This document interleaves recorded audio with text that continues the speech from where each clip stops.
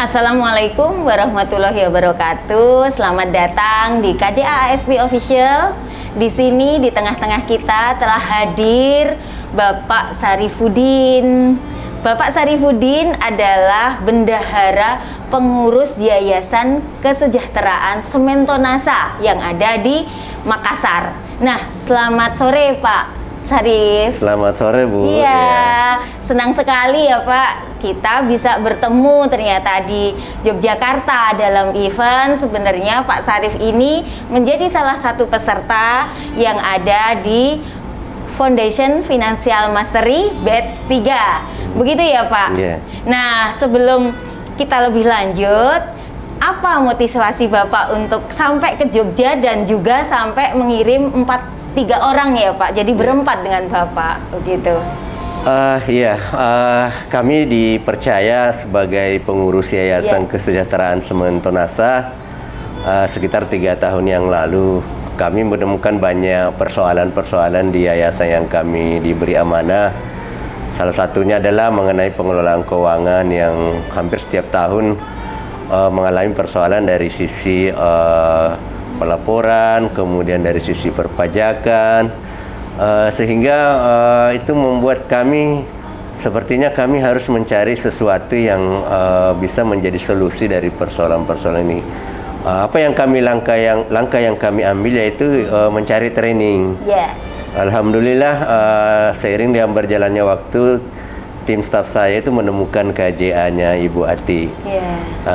Sebelumnya sudah didahului dengan webinar-webinar secara online, dan alhamdulillah kemarin kami ada penawaran dan training tersebut itu memang kami sangat butuhkan Bu. Jadi itu yang mungkin saya bisa sampaikan bahwa setelah sekian lama kami mencari training-training yang terkait dengan pengelolaan keuangan yayasan, wah baru ketemu nih, kayaknya pas timingnya nih. Dan tempatnya di Jogja lagi. Sambil bisa jalan-jalan ya Pak. Nah, jadi sebenarnya Yayasan Kesejahteraan Sementonasa ini sebenarnya seperti apa sih Pak? Gitu, mungkin bisa diceritakan gitu, berdirinya tahun berapa, begitu ya. Tadi kita belum menanyakan itu soalnya.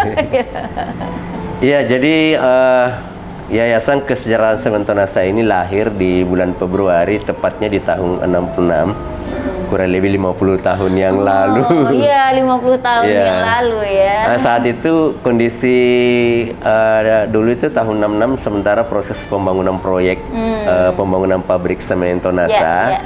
Saat itu para pekerja proyek itu di tengah hutan sana Bu, di Sulawesi Selatan itu, tepatnya di Desa Tonasa itu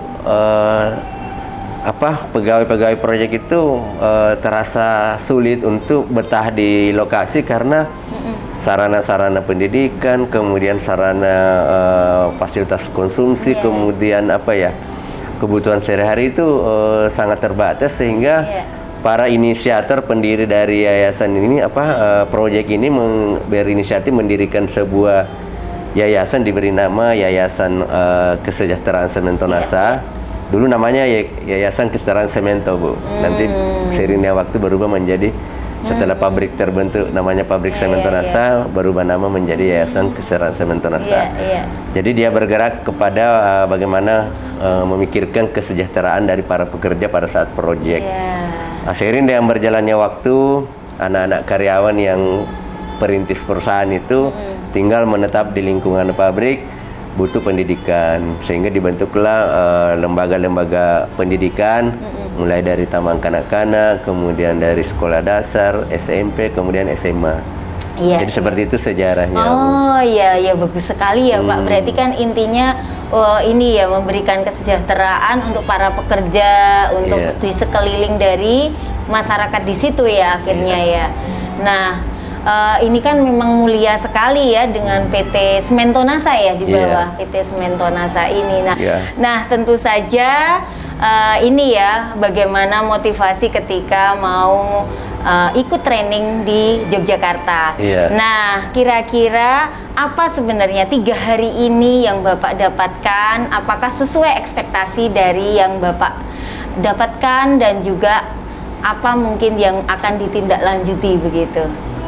Iya, 3 hari ini sangat luar biasa, Bu. Pertama, kami diberikan pemahaman mengenai organisasi nirlaba. Ya.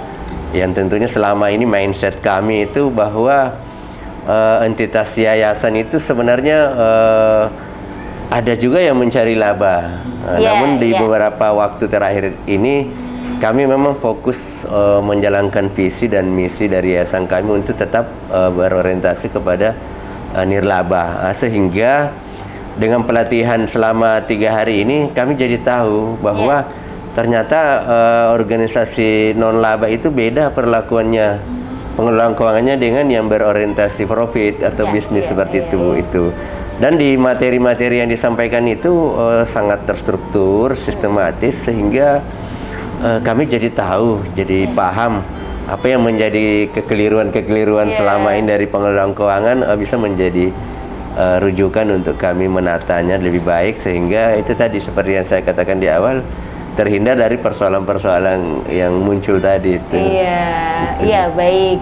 Nah, berarti kalau dengan apa selama ini yang dihadapi gitu, memang pentingnya pengelolaan keuangan di entitas non laba. Itu artinya bahwa kalau dari yayasan Bapak sendiri itu kira-kira unitnya ada berapa unit, Pak? Iya, kami saat ini mengelola ada unit pendidikan, Bu. Yang sebelumnya kami mengelola unit bisnis. Jadi dulu kami mengelola unit bisnis yang berorientasi mencari keuntungan. Ada unit persewaan kendaraan, kemudian unit minimarket, kemudian ada juga unit kolam renang, kemudian ada juga unit apotek. Setelah persoalan-persoalan yang saya sampaikan di awal tadi muncul, kami mendapat arahan dari pembina untuk mengembalikan yayasan kami itu menjadi tidak mencari keuntungan lagi, sehingga saat ini kami fokus kepada unit pendidikan. Kira-kira saat ini yang Bapak sudah ini ya menjadi bendahara pengurus. Nah, kira-kira udah berapa lama, Pak? Saya tepatnya mulai Juli tahun 2021 saya diberi amanah untuk menjadi pengurus Yayasan Kesehatan Semen Tonasa ini. Nah, kira-kira nih mungkin bisa untuk sharing-sharing sebenarnya menjadi bendahara pengurus itu apa sih yang harus dilakukan selama ini yang Bapak rasakan gitu, biar nanti mungkin pemirsa ya, sobat KJAASP yang ternyata juga menjadi aktivis yayasan dan di situ juga pengurus ataupun juga ini ya pelaksana di keseharian gitu, pengen tahu aja sebenarnya apa saja sih ini sebagai pengurus yang bisa dilakukan gitu. Ya, saya sebenarnya sangat tertantang, Bu, dengan penunjukan sebagai bendahara. Pertama, menurut saya itu seorang bendahara atau pengurus yayasan itu harus bagaimana yayasannya itu bisa eksis dari sisi pendanaan, Bu. Tentunya kalau kita bicara pendanaan ya sumber dana dulu kita bicarakan kan. Gimana kita mencari pendanaan, bagaimana kita mengelola donatur, sumbangan, kemudian hibah segala macam untuk bagaimana mendanai operasional yayasan ini. Tentunya selain dari bagaimana memperoleh dana, tentu juga kita harus memikirkan dari sisi pengelolaan atau penggunaan sumber dana tersebut. Karena kenapa? Dana yang dikelola yayasan itu semuanya dana titipan, Pak, Bu.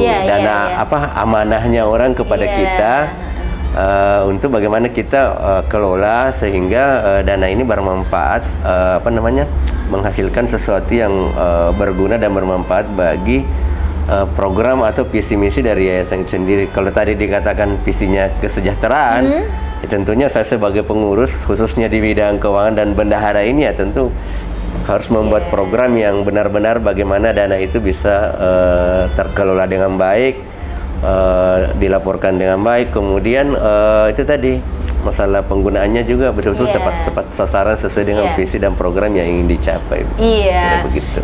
Terima kasih Pak jawabannya. Ternyata ini ya biar membuat bahwa ternyata kita itu butuh pentingnya pengelolaan keuangan, karena juga di sisi lain yayasan punya Renstra, mempunyai visi misi bagaimana untuk mencapai visi misi tersebut, begitu ya Pak. Nah, ini kalau kita kembali lagi ikut workshop FFM batch 3 nih, dan ternyata pesertanya yang paling heboh ini gitu. Dan Bapak jadi pembina. Jadi dinobatkan jadi pembina. Nah, sebenarnya selama 3 hari ini apa sih yang dirasakan Bapak selaku peserta gitu ketika di kelas gitu-gitu? Apakah menurut Bapak apakah itu menarik atau bagaimana, masukan, saran, kritik seperti apa? Silahkan Bapak. Selama 3 hari ini Bu, saya bisa membuat suatu kesimpulan bahwa pertama, training yang diadakan itu betul-betul pertama dibutuhkan bagi para peserta, sangat dibutuhkan, dan informasi yang dibutuhkan itu menurut saya itulah yang lama mungkin dicari para pengurus yayasan yang hadir. Kemudian yang kedua, dari sisi materi yang disampaikan juga sangat terstruktur Bu, mulai dari pengenalan organisasi-organisasi nirlaba itu sendiri, kemudian bagaimana cara mengelolanya. Kemudian dari sisi penyelenggaraan juga, support sistemnya, kemudian materi, tempatnya juga, kemudian segala macam pendukung dari acara itu luar biasa Bu. Termasuk juga para peserta sangat interaktif, kemudian antusias, semangat, sehingga energinya itu di dalam training itu positif, sehingga betul-betul kita belajar itu adalah ya banyak Bu yang bisa kita bawa pulang. Seperti ini itu. saya tidak mempengaruhi Bapak loh ya. Jadi memang apa yang disampaikan ini memang kami juga butuh saran gitu, karena tentu saja adanya training ini tentu saja untuk mengelola yayasan-yayasan biar nanti yayasan berkelas, siap naik kelas gitu. Harapan kami memang kenapa ada training ini juga karena kami merasa bahwa yayasan-yayasan sangat butuh begitu, apalagi di era sekarang ya Pak. Mau tidak mau kita juga tetap harus bisa menyajikan laporan keuangan, karena tidak hanya seperti kita mengelola keuangan RT. Apa itu? Hanya penerimaan dan pengeluaran saja begitu. Tetapi bagaimana kita akan melihat apa sih standar dari laporan keuangan yang sesuai standar itu, sesuai dengan ISAK 35 atau per 1 Januari 2024 itu menjadi ISAK 335 gitu, yang isinya ada apa saja laporannya. Nah, tentu saja memang ada yang pertama laporan posisi keuangan, laporan penghasilan komprehensif, laporan perubahan aset neto, laporan arus kas, dan catatan atas laporan keuangan. Tentu saja Sobat KJA ASP yang selalu mengikuti di YouTube kami itu sudah memahami apa sih isi dari ISAK 35 begitu. Nah, kalau apa yang mungkin bisa untuk ajakan para pengurus gitu terkait dengan pengelolaan keuangan, pentingnya pengelolaan keuangan, mungkin Bapak bisa menyampaikan kepada pengurus yang lain gitu di yayasan-yayasan yang lain, karena saya rasa di Indonesia banyak sekali yayasan begitu. Ya, saya pikir dari training 3 hari ini Bu, yang memang secara spesifik bagaimana pengelolaan keuangan yayasan yang terstandarisasi melalui ISAK 35 tadi dan 335 tadi itu, saya mengajak kepada para pengurus-pengurus yayasan untuk mari kita mengkaji lebih dalam standar-standar yang telah ditetapkan oleh standar akuntansi, untuk bagaimana kita menerapkan di yayasan kita masing-masing, agar dalam pengelolaan yayasan kita itu betul-betul sangat akuntabel, sangat terstandarisasi, dan bisa kita terhindar dari kecurangan-kecurangan yang mungkin kita sama tahu bahwa di beberapa informasi di media itu terinformasikan bahwa tidak sedikit juga yayasan yang digerogoti oleh para pengurus yang mungkin dari sisi pengelolaan tidak menerapkan standar-standar yang sudah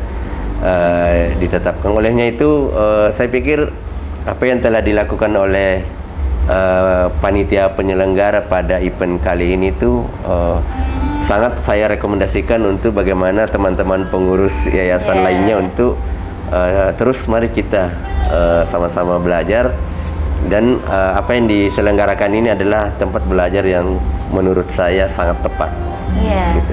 ya terima kasih ya Pak atas waktunya Pak Syarif. Di tengah-tengah nanti akan kembali lagi ke Makassar dan juga tentu saja nanti akan memfollow up ya Pak apa hasil yang didapatkan ini gitu. Dan terima kasih atas kepercayaan dari Pak Syarif dan tim yang telah ini ya berempat ya yang setelah hadir di Jogja dengan ini mengikuti acara Sekolah Finansial dan KJA ASP begitu, dan hadirnya KJA ASP dan Sekolah Finansial ini harapan bisa membantu dari sobat KJA ASP yang nanti akan memberikan dampak yang bisa dipertanggungjawabkan dan juga bermanfaat bagi kita semua.